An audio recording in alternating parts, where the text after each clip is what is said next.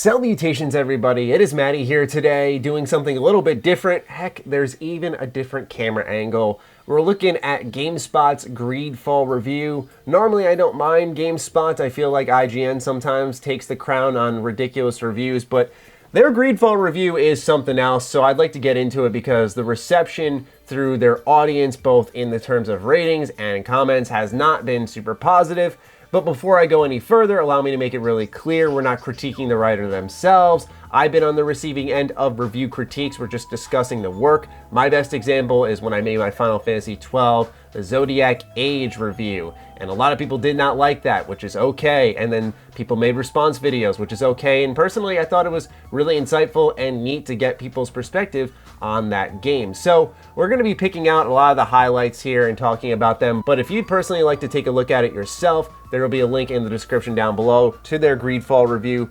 But my first example is, when asked why the creature and his people are subjected to such cruelty, the Inquisitor bellows an odious response about cleansing the corrupt souls of his tribe. Now, the Inquisitor is a part of this faction called Thélème. They're a very faith-driven faction. And then there's sort of a spin-off known as the Ordo Luminus, which is where the Inquisitors lie. And they're more like religious zealots, like very much forceful of their beliefs. And so just that helps give some context, because the next part says, then in one swift movement, he yanks the Islander's head, stabs the poor soul with a knife, and yells obscenities about heresies into the sky. Yeah, so right here is where I started to get a feeling that there wasn't a lot of note-taking done, and it was relying on memory alone for this review. Like, the reviewer didn't care, I guess, about the product that they were talking about. And the reason I say that is because in this scene, actually, the person is strangled. And I know that that may sound like just nitpicking, but this was one of the most significant, and as far as my experience has gone in about, I'd say 35 hours, one of the more memorable scenes at that. And the reason I bring up note-taking is because this is my review notebook, and I take notes of, you know, all of my experiences just so that I have references of significant moments in the game. You know, this type of stuff to me is really important because we're human, right? We can't remember absolutely every moment in these gargantuan experiences. So to me, when you start confidently referencing that someone got stabbed instead of strangled, and the strangling was very much the impactful part of the scene because you didn't know if someone was going to break it up, if something was going to stop. It was a slow death. It was very sad, actually. Like I said, one of the more impactful scenes. And to assume that someone got stabbed there, it doesn't really imply that there was a lot of thought put into that introduction there. But I think we have more actual substantial pieces to critique, but like I said, this is what got it off on the wrong foot. The uncomfortable scene is emblematic of the plot in Greedfall. Its tales of colonialism and political subterfuge are tackled with such little nuance that it verges on parody. Personally, I thought the lack of nuance is good. Being able to distinguish good versus bad makes role-playing games a lot more fun, in my opinion. The Islanders wear face paint, have heavy accents, and venerate the woodland beasts as deities, while the cardinals, bishops, and alchemists refer to them as savages that need enlightenment or salvation. Greedfall relies heavily on these kinds of blunt narrative tropes for its setting, much in the same way it does on a very familiar open-world RPG structure. And while it's very easy to lose yourself in its competent, if comfortable formula, it means that Greedfall ultimately feels unremarkable at best. Okay, so personal opinion here, I don't think Greedfall is like many other RPGs in the terms of its themes and its world.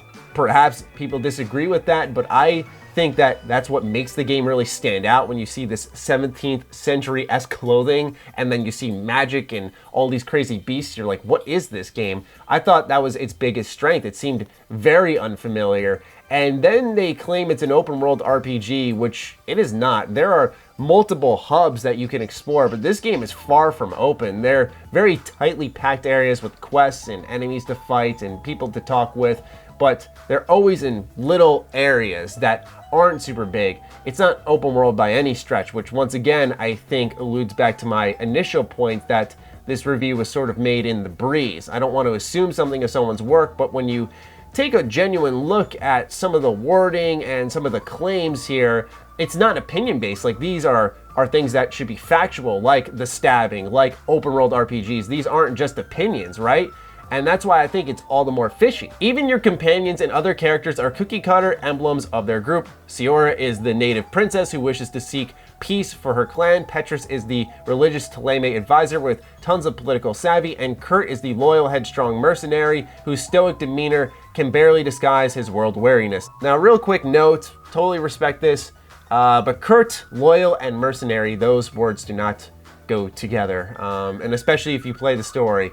Let's just say Kurt is one of the first characters you really butt heads with. And I'm not saying this person didn't play the story, but once again, notes, you know. Kurt is definitely not the emblem of loyalty in this group by any stretch of the imagination. Most damning of all is your character Desarde, who, as the big hero, I think that's a bit of sarcasm because what follows it up, embodies the white man's burden allegory that also plagues the other colonial-themed narratives. It's all on you to liberate the natives or unite factions against them. I mean, really? Really? We're gonna go there with this game? Once again, man, didn't this happen with Days Gone 2? Look, I know this is very much not my channel's speed. I don't want to get into it too much, but really?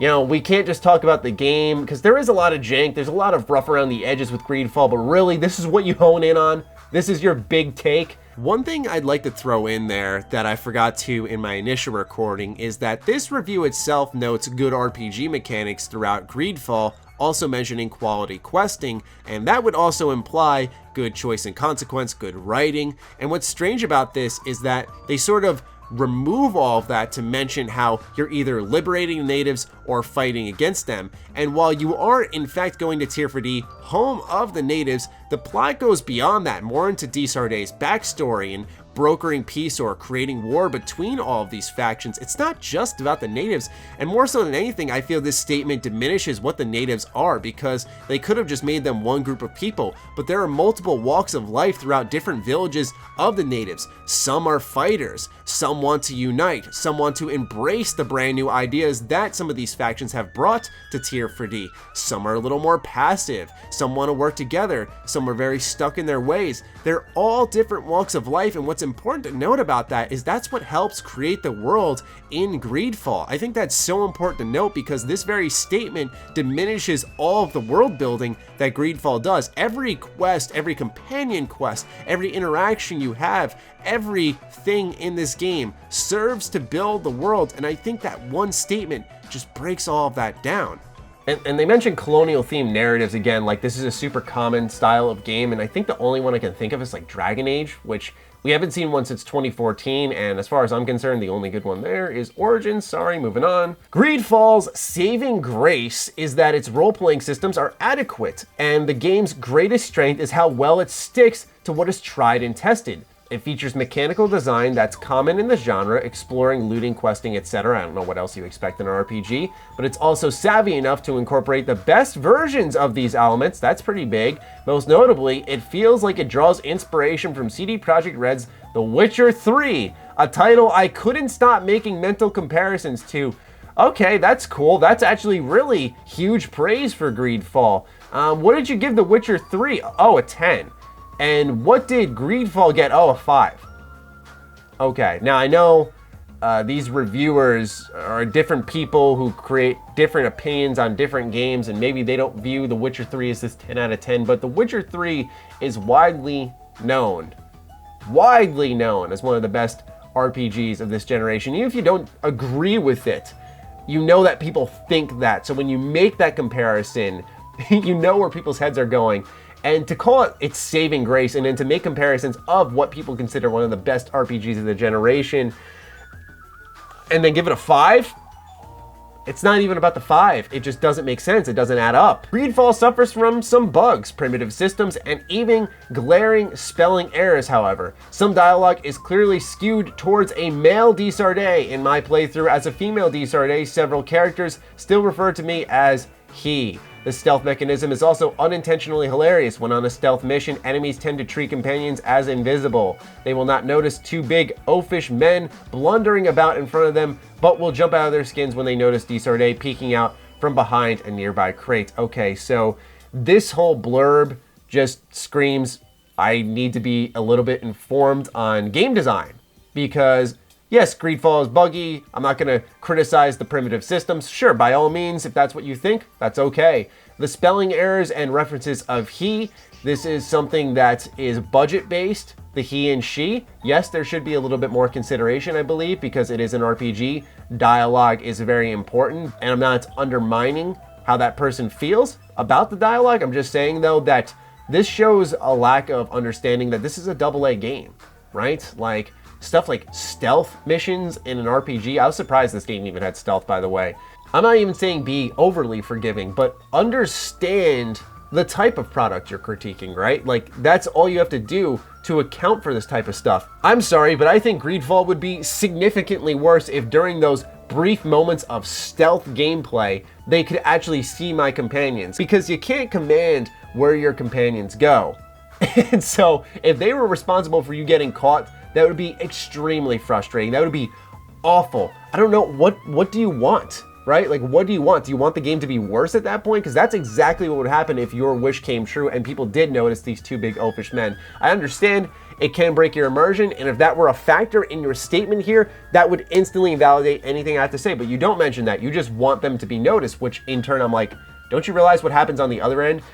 Once again, lack of forethought. This is just writing, but no thought there. This one's hilarious. Romancing your companions is also another thing you can do in the game, but the moves you need to make to get into their hearts and under the sheets are so perfunctory, it's almost unmemorable. You engage in a 3-part companion quest with the lover of your choice, where you'll find conversations that give you the chance to maximize your romance meter. But the game makes it obvious when you've said something wrong. Characters will retort back unhappily, accompanied by a numerical drop in your reputation. I mean, it should be obvious. Once again, this is that lack of nuance that you don't like, but that really helps this game deliver where you're heading, especially when it's faction driven and you want to know how these factions feel about you.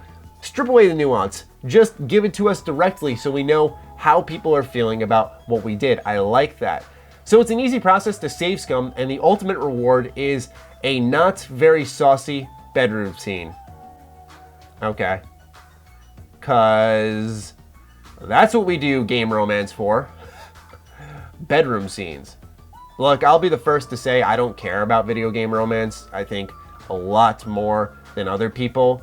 It really doesn't affect me. Like when people were freaking out that Outer Worlds wasn't going to have romance, I did not care at all because I don't really care for video game romance. But personally, if what you're looking for at the end of it is the bedroom scene, I mean, come on. And then it wraps up. But ultimately, Greedfall is so cavalier about its colonialist themes, and because it plays it safe by sticking so closely to the template of open world RPGs, here we go again, it doesn't really feel revelatory in any way. This is a budget title. It's really not going to reinvent the wheel. Budget. Instead, it's content to be just another digital playground, just another world filled with magic, riches, secrets, and monsters for players to shoot and loot at will. I did have fun when I got lost in its familiar RPG loop, but its lack of nuance or innovation prevents it from being truly remarkable. And then they give it a 5, so here's the thing. There are hardly any good RPGs, in my opinion, that have choice and consequence, that do allow what Greedfall presents to us in the terms of choice, and then has good gameplay systems there. Greedfall is a lot like what I think of with the Outer Worlds, where it's going to not be for everybody, that's okay, but it's going to be a return to form because so many developers put RPG in the genre for their games because they have a little skill tree. But like RPGs that have choice, consequence, impact on the story, that type of stuff is important and hardly any game accounts for it. So yes, this may have a familiar gameplay loop. That's okay because it's providing something that very few companies do nowadays. I mean, BioWare's gone downhill, and so you have to rely on these AA developers to push the boundaries, which Greedfall certainly does in many ways. If you don't think it's great, that's okay. Everyone's got their own taste, but what did GameSpot give Anthem? Oh, a 6. Once again, I know different reviewers, but this is the issue with numbered review scores. I made a whole video about it. There is a problem with numbered review scores when Anthem's getting a 6, Greedfall's getting a 5, and then the game that Greedfall is being closely compared to in a favorable manner is The Witcher 3, which received a 10. This is just my thoughts on the Greedfall review from GameSpot. Once again, not criticizing the reviewer themselves. I don't care who it is. That's not my issue at all. It's more so with some of what feels like a lack of research on the review's behalf, and a lot of, we'll say, strange swords to die on here. But overall, just my thoughts. I know as someone who covers Greedfall a lot, this would be something that's interesting. Overall, if I'm Spiders, the developer of Greedfalls, I wouldn't care about this review. They've been showered with 7s and 8s, which I think seems pretty fair. It's a game that's rough around the edges, but I think is very good. And I think this review expected AAA quality in something that did not have the budget. This game was made apparently on $5 million, which is a lot of money, but you know, we've seen the budget for other games, multi-$100 million games, okay? So that's this being done with $5 million, especially with all the voice work that's there. I don't know. I think it's pretty impressive for what it is, but different blokes, different strokes, am I right? Anyway, ladies and gentlemen, I'd love to hear from you in the comments down below. What are you thinking about Greedfall? Fire away. Other than that, follow me on Twitter, follow me on Instagram. Those links are in the description down below, along with my Patreon. Do consider supporting that as it fuels all the content I create here. Stay sexy, stay active. I love you all. Peace.